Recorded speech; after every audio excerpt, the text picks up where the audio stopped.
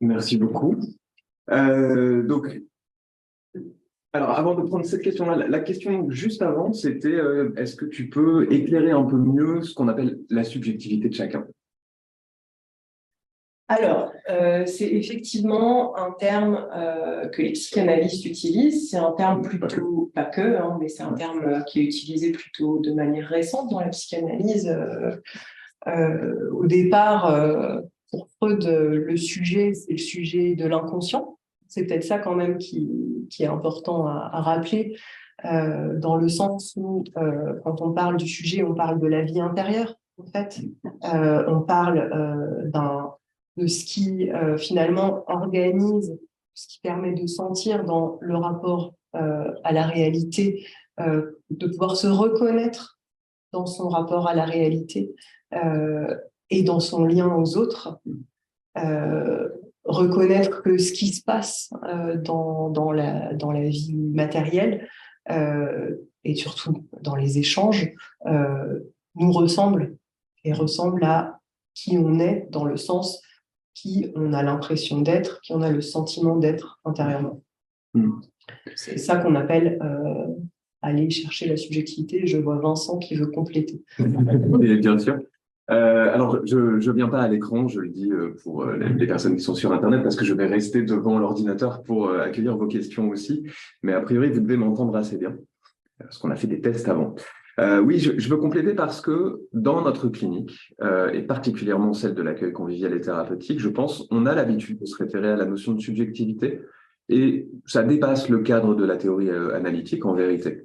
Je pense qu'on est aussi du côté de quelque chose de philosophique, c'est-à-dire la question de la prévention du suicide, elle est éminemment philosophique, c'est la seule question philosophique sérieuse, si on en croit Albert Camus, n'est-ce pas? Je pense toutes les portes ouvertes. Mais très sérieusement, je pense que on a été confronté dans notre clinique du domicile justement à ce que serait une éventuelle perte de subjectivité. C'est un peu, tu le soulevais hein, au début, l'idée de est-ce qu'on existe de la même manière quand il n'y a pas quelqu'un pour nous renvoyer quelque chose de qui on est.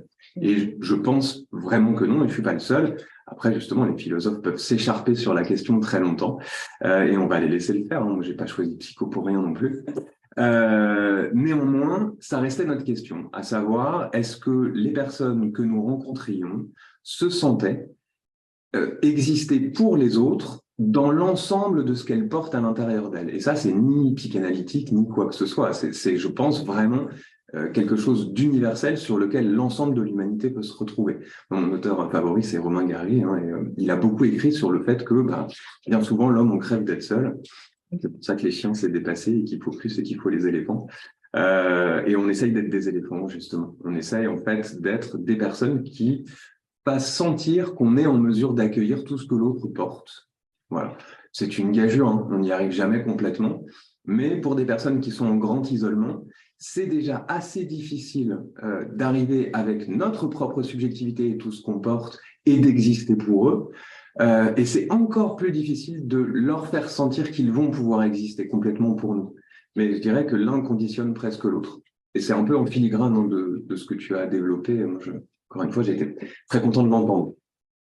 Alors, revenons, il y a une question qui êtes-vous sectorisé? Je vais y répondre hein, à celle-là en tant que directeur du CPS. Et bien sur le canapé. Le CPS Paris, mais j'aurais du mal à lire, moi, tu sais, je suis bilingue. Tu peux, d'accord. Donc, je réponds aux questions sur ton intervention. C'est magnifique, ça.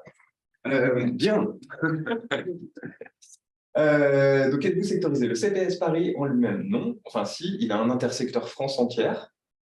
Il y a quelques structures comme ça. L'idée, c'était qu'au départ, ça a été pensé comme tout à fait complémentaire des lignes d'écoute qui existaient.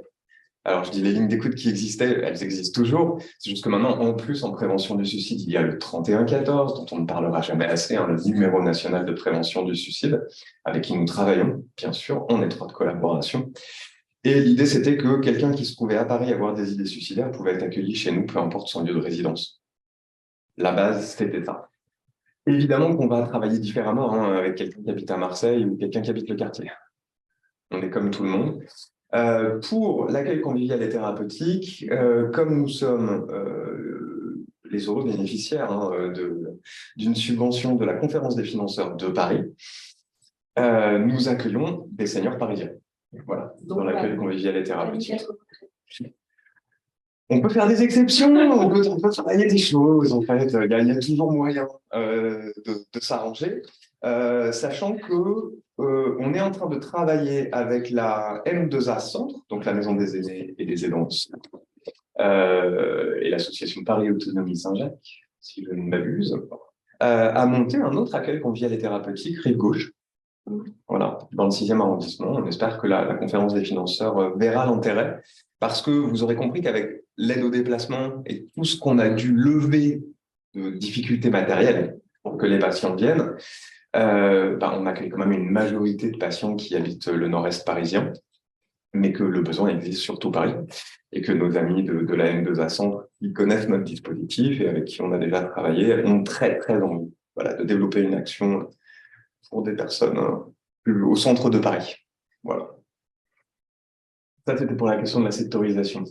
Alors, ensuite, on a une question concernant la prise en charge. Pensez-vous qu'il est important d'utiliser un courant de pensée psychologique thérapeutique spécifique ou pas? Humaniste, psychodynamique, systémique, TCCE, etc. Merci beaucoup pour votre réponse. C'est une excellente question. On est reparti pour 2 heures. Je pense que peut-être vous l'entendez dans les échanges. Alors, Élodie, et ça s'entend dans sa présentation, a une plus grande familiarité, bien sûr, avec on va dire, les théories psychanalytiques et une approche psychodynamique. Je peux le dire comme ça, sous ton contrôle. Ça a été la base de ma formation aussi, mais travaillant en prévention du suicide, de la même manière que nous sommes amenés à travailler de manière interdisciplinaire. Moi, j'ai été amené à m'intéresser à ce qu'était le travail social, bien sûr. Et donc on est assez loin. Je dirais ça marche de la même manière. Aujourd'hui, par exemple, le CPS Paris, il travaille beaucoup autour de la notion de l'accueil de crise, donc crise psychique ou crise suicidaire, et où d'ailleurs. Et ou crise suicidaire, le modèle de la crise suicidaire est un modèle cognitivo-comportemental, qui a été beaucoup développé par nos amis canadiens, particulièrement Monique Séguin, en France avec Jean-Louis Terra, et puis qui est remis au bout du jour aujourd'hui par une autre équipe, Monique Séguin, Choki, et puis l'équipe de Lille, Charles-Édouard Notre-Dame, s'il nous regarde, bonjour Charles-Édouard, et toute son équipe, je ne vais pas citer tout le monde. Et c'est un modèle avec lequel, bien sûr, nous, on a eu besoin de nous familiariser. Donc, l'équipe de psychologues du CPS Paris est formée à l'intervention de crise suicidaire. Une partie de l'équipe forme à l'intervention de crise suicidaire et aussi à l'évaluation et orientation. On va dire que ce n'est pas forcément le seul modèle clinique qu'on développe, et vous entendez, à l'accueil convivial et thérapeutique, finalement, on a une manière, on va dire, intégrative, voilà, bien sûr, de travailler. On travaille avec les proches, on travaille avec des aidants, et évidemment que des outils de pensée du registre systémique nous sont très, très utiles. On travaille aussi beaucoup en post-trauma au CPS Paris, dans les accueils de crise. Donc, voilà, bien sûr qu'on travaille autour de ça, alors autour du trauma complexe, bien sûr, et puis on est en train de former une de nos psychologues à l'EMDR, parce qu'on se dit que ça peut être un outil intéressant, même si c'est pas non plus la panacée absolue, on est tous d'accord. Et je pense que pour avoir une bonne clinique en prévention du suicide, on ne peut jamais se limiter à un cas théorique. Voilà. La réponse à la question qui a été posée, c'est celle-là. Mais je vous remercie de votre question aussi, parce que c'est une très bonne question, en fait. Avez-vous des articles, des lectures à nous conseiller sur ce sujet? Alors, oui, il y en a plein. Je pense qu'on mettra sans doute des liens quand on publiera la vidéo YouTube.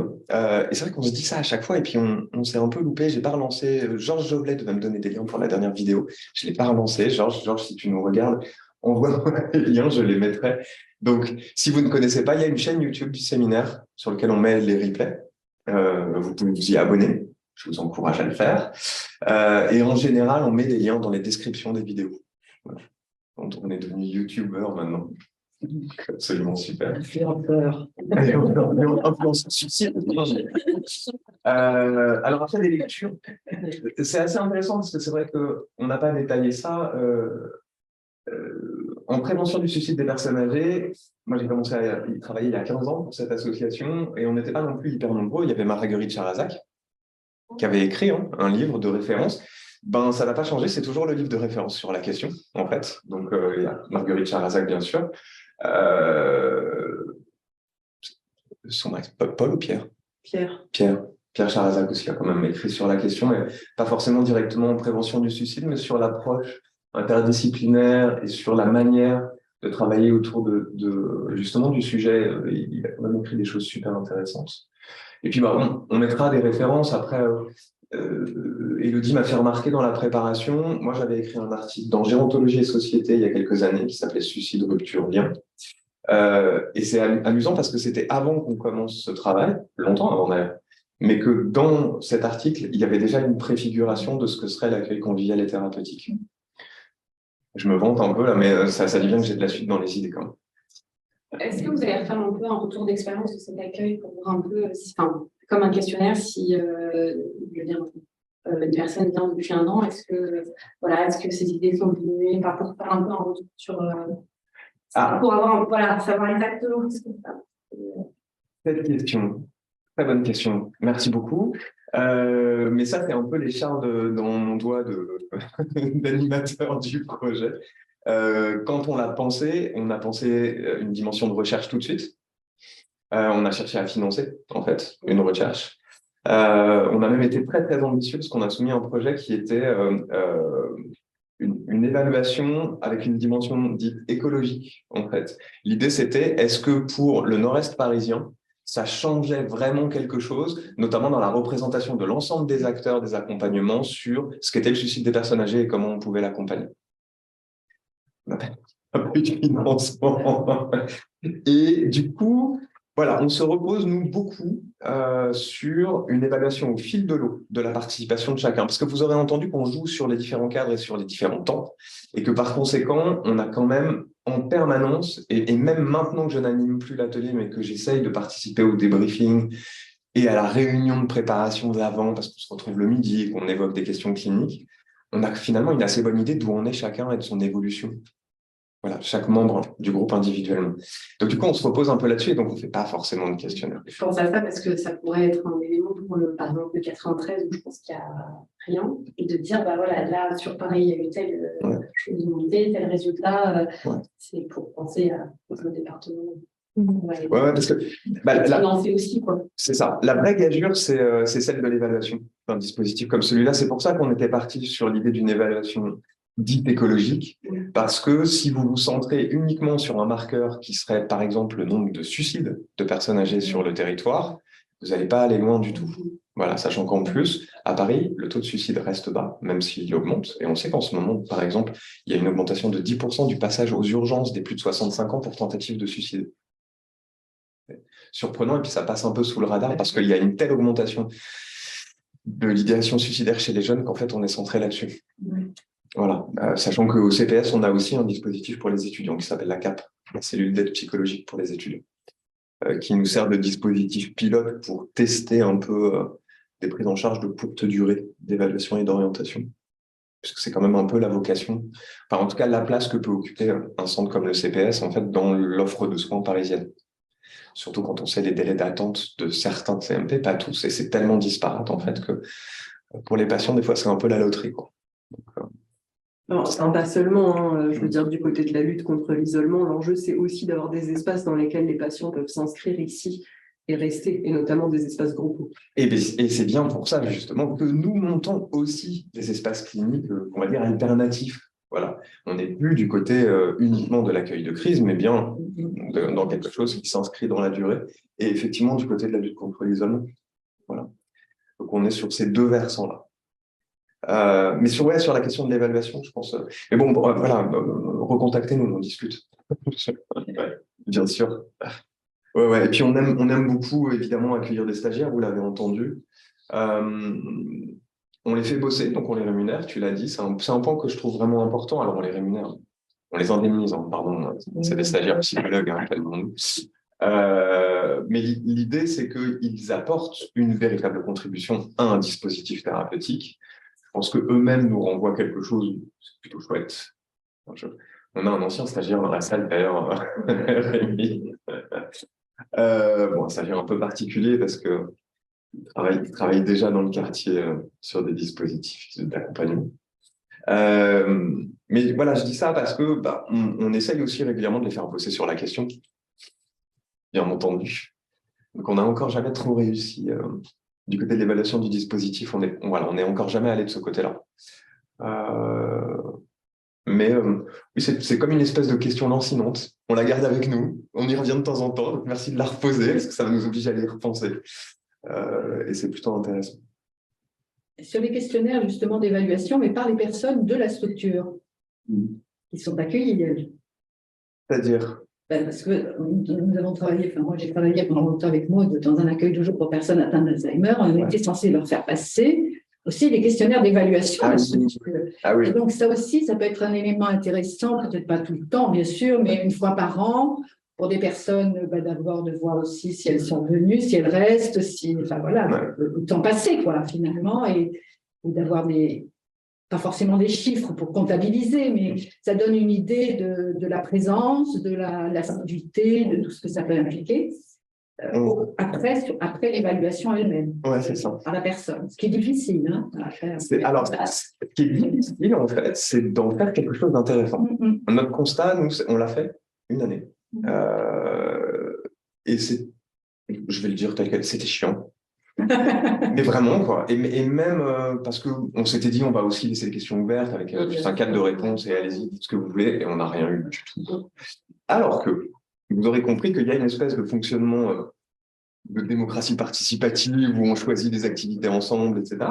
On a déjà fait des sessions de groupe où on est autour de la table et comment ça se passe, qu'est-ce que vous en pensez, de quoi vous avez envie, est-ce que là-dessus on s'est foiré. On a eu de temps en temps d'ailleurs des remarques, oui vous aviez dit qu'on ferait ça, on l'a pas fait, notamment faire venir des labradors. J'avoue, c'est de ma faute, j'avais promis des golden retrievers ou des labradors et ils sont pas venus. Mais on va y revenir. Mais finalement, on a eu à ce moment-là beaucoup plus de richesse qu'on ne l'aurait jamais eu en leur soumettant un questionnaire. Oui, mais c'était aussi là, finalement. Mais on n'a pas pris de notes. Oui, c'est ça, c'est aussi. Non, on ne l'a pas formalisé. De recueillir. On l'a pas formalisé. L'avantage, c'est l'avantage et l'inconvénient. Vous savez comment ça marche, les financements sur projet. On remet une évaluation du dispositif chaque année. Donc, moi, j'ai synthétisé ce qu'avaient donné ces échanges et je le fais chaque année. Alors, c'est vrai que je me base beaucoup sur les échanges qu'on a et notamment sur le débrief chaque jour du groupe. Ce que disait Elodie, ce moment où on se retrouve épuisé dans la cuisine du CPS avec un truc de « t'as pensé quoi de ça ? C'était bien vu le moment où t'as réagi ça ?» Parce qu'effectivement, en plus, beaucoup de choses sont presque du registre de l'improvisation. Voilà, mais finissent par être des fois des fulgurances cliniques, on peut le dire comme ça, des stagiaires de nous ou des patients, parce que Monsieur X, en termes de fulgurance clinique, il se pose là, il est incroyable. Mais c'était très beau, moi je trouve, je n'aurais pas pu mieux définir l'acte qu'il ne l'a fait, lui, en quelques phrases, c'était vraiment super. Ouais, vraiment. Ouais. Ah, mais Elodie en parlait, il a un rapport au langage... Et ça fait des circonvolutions absolument magnifiques. Enfin, il est incroyable. Mais il y a quelque chose aussi dans sa présentation qui accompagne cette manière de parler. Mais ça, on ne pouvait pas. Ça, on ne pouvait pas partager avec vous, malheureusement. Est-ce qu'on a d'autres questions alors dans la salle ou en ligne? Descends peut-être parce que je crois qu'il y en a une en dessous. Ah oui.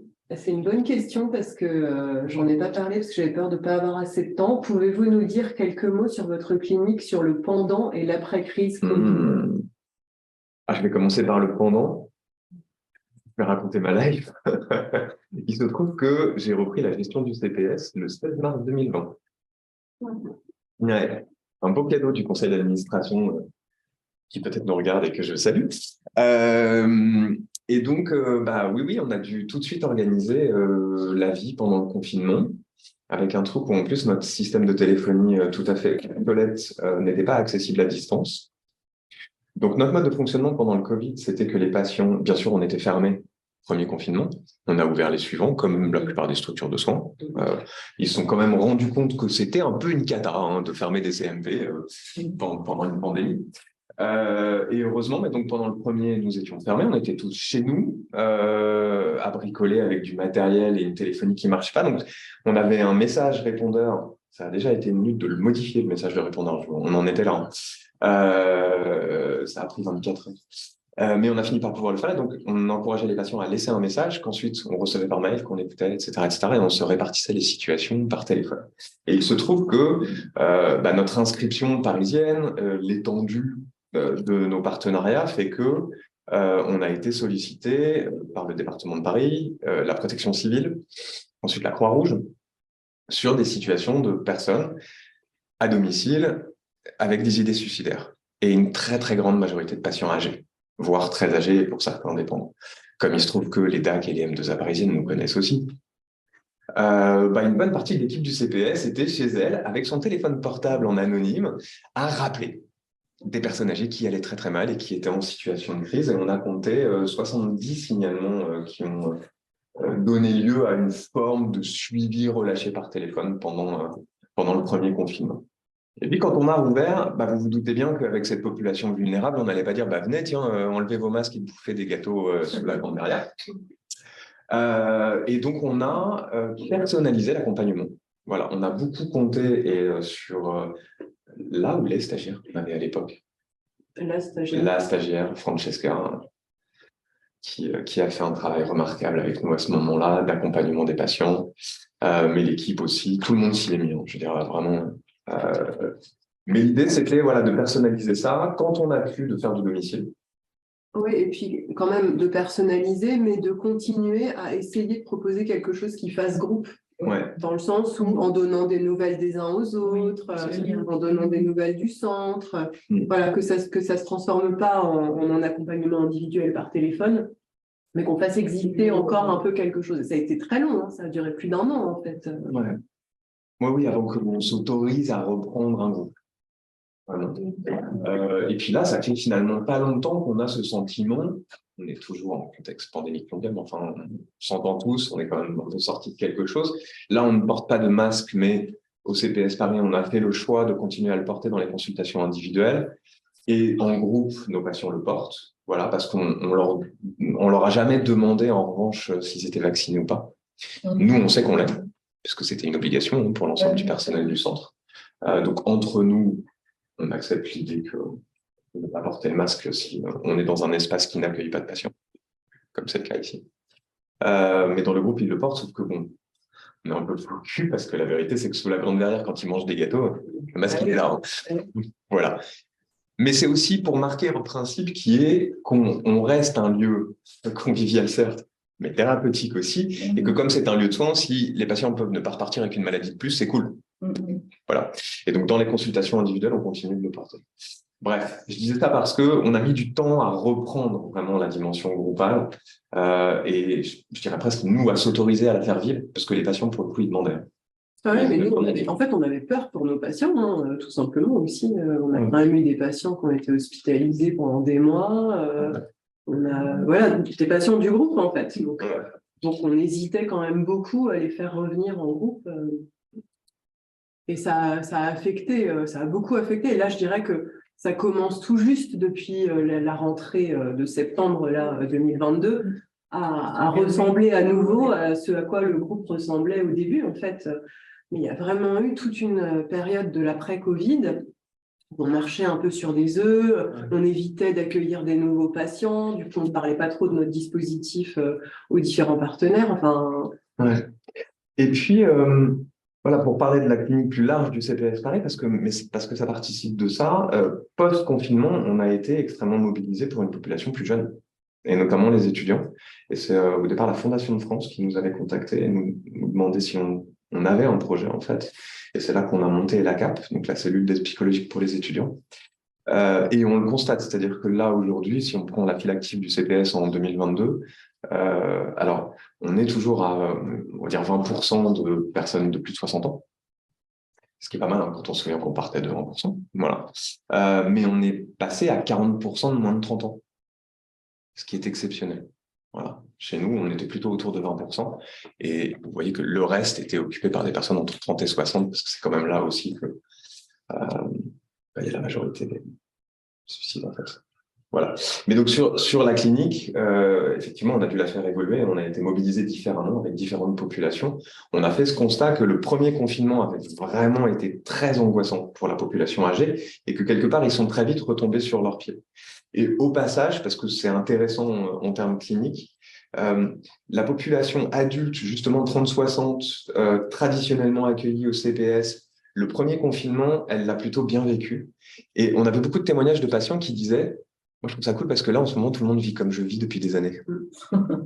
Voilà. Non, mais et c'était vraiment intéressant comme eux, finalement, et nous ont signifié pour certains ce moment, ne vous inquiétez pas, je n'ai pas besoin de vous. Ouais. Voilà. Et du coup, on se concentrait un peu sur les appels d'urgence.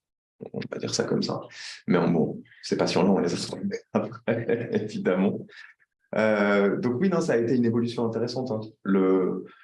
Pendant Covid, post-Covid, ça a bien fait bouger les choses.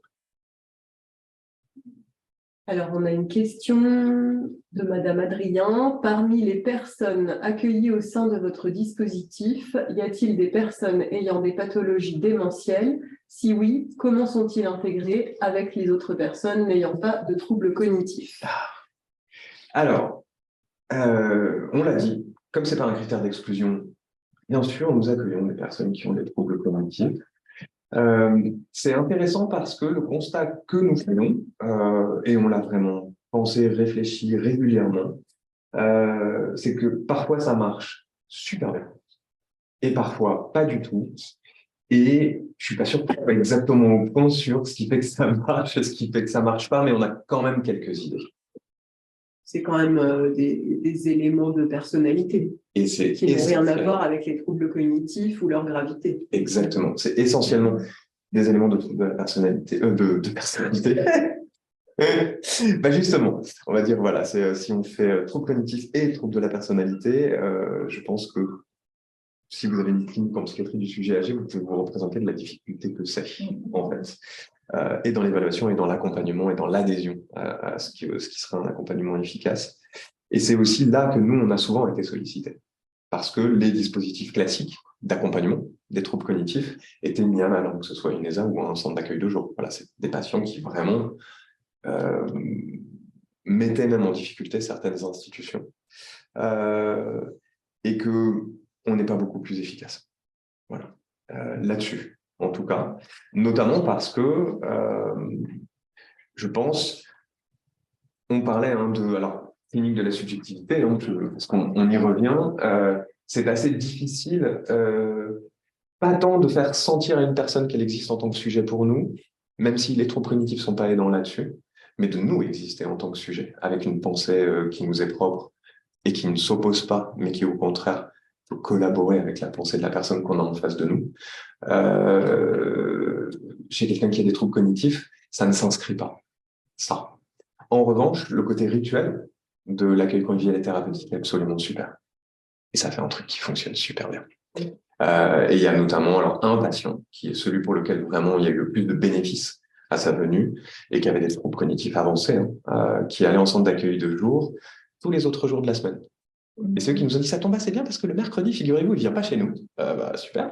Et donc le mercredi, il venait chez nous. Mais comme nous, c'est l'après-midi, le problème, c'était si on le laissait seul le matin chez lui, il démarrait sa journée sans. Et s'il démarrait sa journée sans nous, il allait continuer la journée sans nous et notamment boire. Voilà. Parce que laissé seul chez lui, il était trop mal et trop angoissé et il buvait.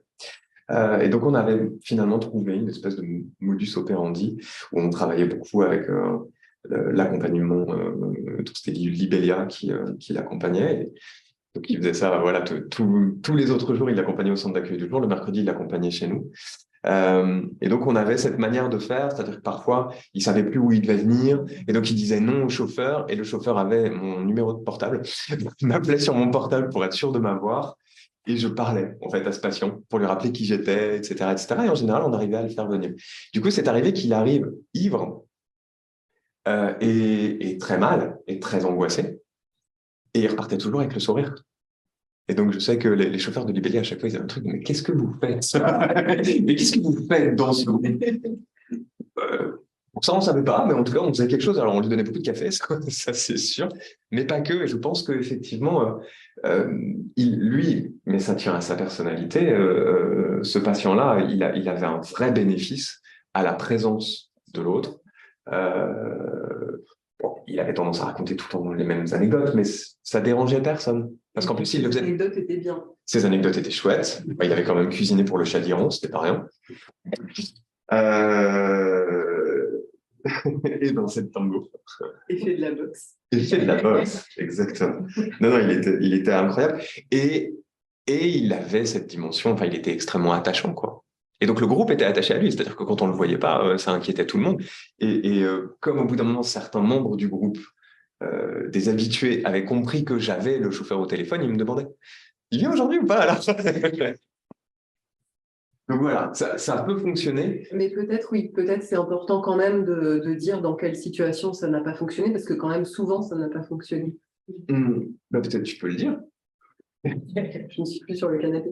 Oui, quand même, c'est arrivé assez souvent qu'on essaye de mettre quelque chose en place, mais que précisément dans cette difficulté comme ça des patients, alors qui n'avaient rien à voir avec leurs troubles cognitifs, hein, mais à nouer quelque chose du lien dans une nouvelle rencontre, le fait d'oublier d'une semaine sur l'autre, c'est comme si on recommençait à zéro et avec quelque chose qui convenait pas parce que qui était attaquant pour eux finalement. Le fait que ça n'ait pas pu s'inscrire, c'est comme si on leur faisait quelque part à chaque fois la violence d'une nouvelle rencontre, quoi. Ouais. Et donc de ce point de vue-là, voilà. Mais encore une fois, c'est pas la gravité des troubles hein, qui était en jeu, c'était parce que le patient dont tu as parlé, Vincent, c'est aussi quelqu'un qui aimait rencontrer les autres. Ouais. Et donc, les jours où il ne se souvenait pas de nous, des fois il se souvenait de nous, mais les jours où il ne se souvenait pas de nous, il était content en fait, de voir du monde, d'être dans un groupe, d'être accueilli. Et donc, en fait, ce n'était pas un problème en soi. Oui, puis je pense qu'il vivait des moments de grande angoisse, mais qui n'étaient pas liés à l'environnement de soins. Donc il avait, le terme que j'ai est moche, mais c'était un patient malléable, un peu. Pas au sens où il serait allé vers des choses qu'il n'aimait pas, hein, parce qu'il pouvait s'opposer, hein, ça, bien sûr, mais que, voilà, on lui disait, vous allez aller là, et il y allait. Alors que des patients que ça angoissait, en fait, d'être dans un contexte nouveau et qui ne percevaient pas forcément le côté, c'est des soignants qui viennent me chercher, enfin, en l'occurrence, pas des soignants, Libélia, mais bon, c'est associé aux soins, donc ça aurait pu suffire. Effectivement, on était, nous, obligés chaque fois de médiatiser cette angoisse. Et ça leur permettait pas de venir suffisamment de fois pour ritualiser quelque chose aussi et l'inscrire en fait dans la durée. Donc ça a été voilà un truc qui était délicat ça. Mais et puis quelque chose dont on n'a pas forcément parlé mais qui est pertinent alors qui est pas forcément lié au trouble cognitif mais qui est lié à la durée. Il y a comme ça des patients où venir 3-4 fois ça suffira et qui viendront plus. Alors parfois des patients qui sont très autonomes qui ont vécu un moment difficile. L'exemple typique, c'est un veuvage, en fait. Un veuvage, une période derrière de grand isolement social et de perte, en fait, de certains liens. Et l'idée, voilà, d'avoir été un poids pour son entourage, etc. Enfin, je ne vais pas détailler, mais l'idée, c'est des personnes qui viennent reprendre pied dans ce groupe. Alors, on leur en parle, souvent, ils ont inquiété leur médecin généraliste, qui leur a dit, vous pouvez aller voir cet endroit-là, etc. Et en 3-4 séances, voilà, on arrive justement à leur faire sentir à quel point leur subjectivité est solide, et notamment par rapport aux autres, hein, on peut le dire, hein, et comment justement ils peuvent se porter en tant que sujet vers d'autres, et que ça y est, ils en sont capables, et que ça y est, ça revient, et que ça y est, c'est possible. C'est assez intéressant pour nous, parce que souvent ces patients-là sont des cothérapeutes de fait, et se positionnent souvent très très bien par rapport au groupe et à ce qui s'y joue.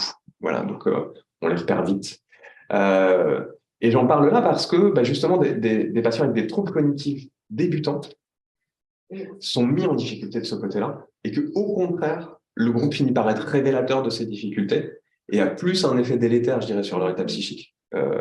Et donc, pour cela, maintenant on sait et on s'en rend compte en général en entretien individuel avant l'entrée dans le groupe, et c'est arrivé qu'on convienne avec la personne que c'était pas forcément la meilleure idée. Voilà. Après, vous avez peut-être une limite, c'est les personnes qui sont en perte d'autonomie, parce que vous n'avez pas de soignants, structure qui pourraient, je pense à des personnes continentes ou des choses comme ça. Est-ce que vous les accueillez? Enfin, il y a une limite, malheureusement, pardon. Non, c'est une bonne mais- question aussi. Alors, on a déjà eu des accidents. Et effectivement, on n'a pas de personnel pour, mais moi, j'ai déjà lavé des housses de fauteuil, hein, tranquille. Mais alors, il y a des personnes qui sont accompagnées par leur auxiliaire de vie. C'est même arrivé que les auxiliaires de vie restent prendre le café avec nous et c'est plutôt cool. Voilà, Et donc, même participe au groupe. et participe au groupe derrière aussi. Ouais. C'est pas du tout interdit, hein, nous, au contraire, on trouve ça plutôt chouette. Mais c'est vrai qu'on aime bien qu'il y ait une auxiliaire de vie pour certaines questions, je dirais, parce que chacun a son boulot et surtout, nous, on n'a pas le plateau technique pour. Il n'y a pas d'endroit où faire un change vraiment. On a des toilettes adaptées aux personnes à mobilité réduite, mais enfin, c'est pas un endroit pour faire un change.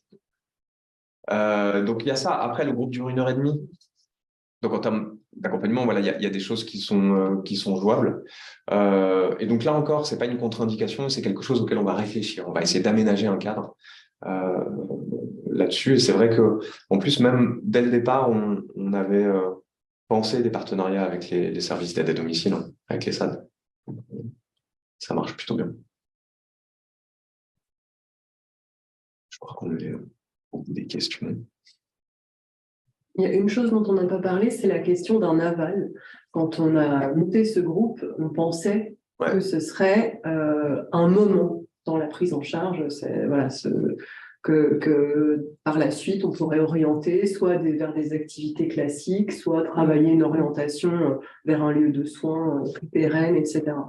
Et on s'est rendu compte qu'en fait, le groupe répondait à une problématique très spécifique et que finalement, alors il y avait effectivement ces patients qui passent par là, qui se renforcent et puis qui en fait, en général, ne s'orientent nulle part, enfin, s'orientent vers la vie et se débrouillent. Et puis les patients, en revanche, disons qu'on accueille maintenant en CDI, on ne transforme pas leur rapport aux autres dispositifs, leur rapport à l'inclusion dans d'autres espaces, etc. Et donc, effectivement, on se retrouve avec... C'est le cas de Monsieur X. Ouais. Monsieur X, il va mieux, mais il n'est pas en mesure d'aller dans un club senior. Voilà, ce serait vraiment le mettre en difficulté. Un projet personnalisé du patient qui demande à la fin, est-ce que vous avez un financement qui est durable aussi? Ou pas forcément. Il ne vous demande pas des... On doit le redemander chaque année. Hein. Non, on doit le redemander chaque année, mais je pense que voilà, la conférence des financeurs voit bien quelle fonction ça a rempli. Et je pense qu'on peut se représenter. Voilà, le convivial et thérapeutique, il correspond assez bien aussi à ce pourquoi a été pensée la conférence des financeurs. Voilà, on ne relève pas non plus d'une dotation ARS sur ce dispositif-là. Sur le CPS Paris, oui, mais ce dispositif-là, non.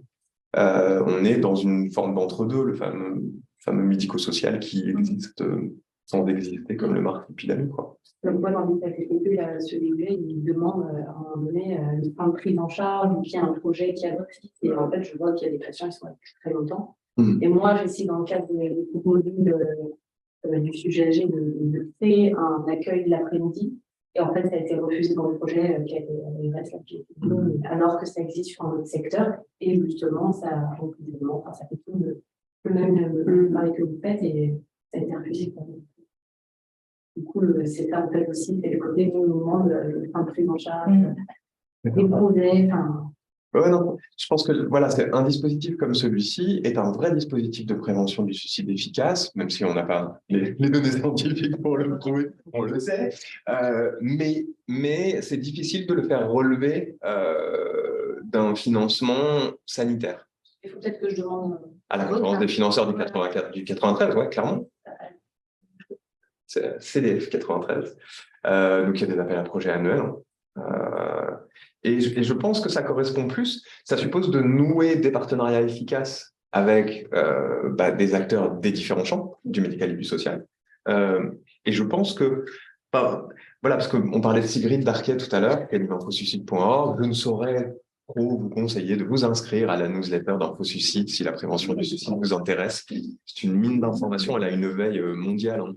Et dans toutes les langues, Sigrid, elle est incroyable. Et elle ne sélectionne que le meilleur, je vous rassure. Vous n'êtes pas inondé de messages, elle ne vous envoie que les informations pertinentes. Et je sais que voilà, on en discute souvent.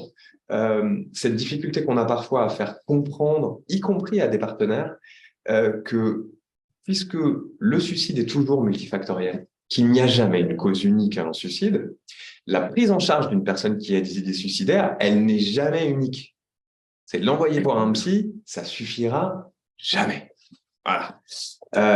Et donc, accompagner des personnes âgées suicidaires, ça peut pas être notre seul boulot. Voilà. Et on peut pas le faire tout seul. Jamais. Mais c'est aussi ce qui fait que c'est assez difficile à financer du côté hospitalier. L'hôpital, pour la prévention du suicide, il peut pas grand-chose. Voilà, on va le dire comme ça. Alors évidemment, je rigole en le disant, hein, mais vous vous doutez bien, c'est-à-dire que quand un patient arrive aux urgences, c'est presque déjà trop tard, c'est que le boulot de prévention qu'on fait a échoué. Hein. Voilà, donc, même s'il existe des dispositifs et que vous avez vu d'ailleurs que dans ce programme qui a été très bien pensé et très bien ficelé, il y avait l'équipe de vigilance qui était là la dernière fois, hein, qui parlait de comment on travaille après une tentative de suicide, et c'était vraiment précieux. Le 31-14 qui existe, et puis toute la question de la psychiatrie de liaison hospitalière. Mais le travail de prévention et, on va dire, de postvention, il doit être fait par des acteurs multiples. Voilà, c'est jamais un soignant qui pourra. Ça marche pas. Pas vrai que pour le suicide. Ah bah non, c'est oui, mais c'est notre sujet, Isabelle, écoute. Tu as raison, c'est vrai. Mais là, c'est notre sujet. Ah, c'est Cécile Anon, qu'on salue.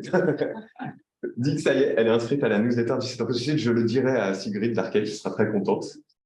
C'est super. Voilà, bah, alors, je sais pas si vous avez vu, j'en profite, c'est une petite info technique, mais vous avez dû recevoir un mail qui dit on a changé en fait notre plateforme de mailing.